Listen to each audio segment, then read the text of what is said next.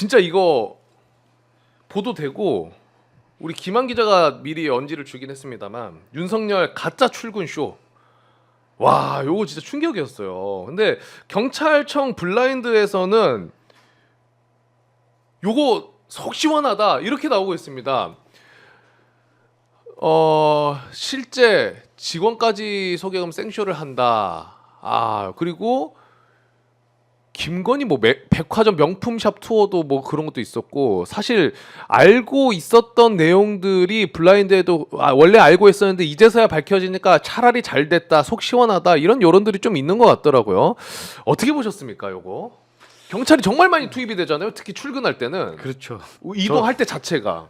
저도 알고 저는 잘 몰랐습니다. 잘 몰랐는데 실제로 저도 이제 93년도에 이제 청와대에서 근무를 좀 했었거든요. 네. 실제로 공차라 그러는데요. 공차. 네, 빈차. 네. 대통령이 타지 않은 차. 그다음에 행사차 이렇게 부르는데, 공차인지 진짜 대통령이 탑승을 했는지는 외부에서는 보면 모르죠, 사실은. 그렇죠. 다 썬팅돼 있고. 네, 썬팅도 됐고.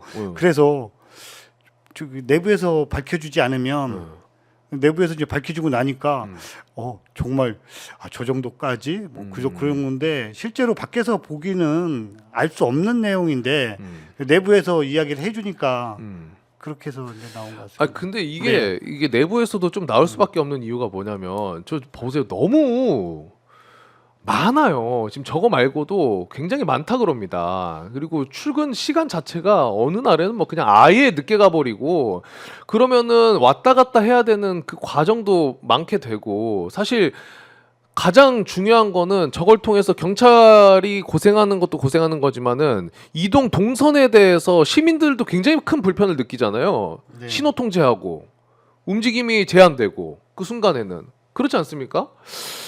그리고 김한 기자가 얘기해 준 것 중에 그것도 있었잖아요. 하도 가짜 출근이 많다 보니까 이제는 경찰도 가짜인 거 알고 어느 날에는 늦게 도착하기도 한다.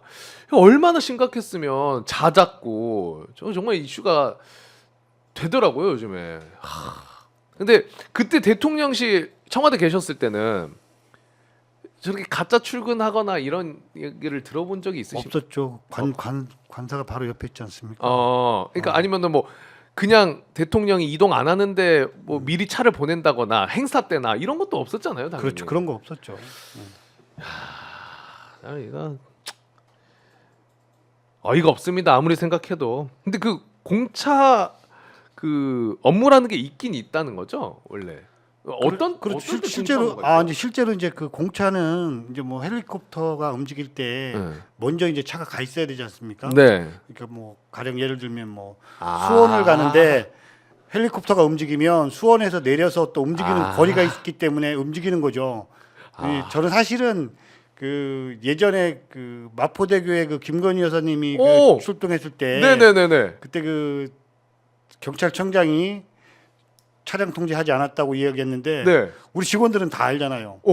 왜냐하면 영부인이라든가 국무총리만 움직여도 차량 통제를 하는데, 네네네. 차량 통제를 안 했다고 하니까 되게 뻔뻔하게 이야기했지 않습니까? 그때. 다들 네, 근데 우리 경찰관들은 다 알잖아요. 네. 야, 저렇게 뻔뻔하게 거짓말 해도 되나? 나중에 저거 밝혀질 텐데? 그런 생각을 했죠.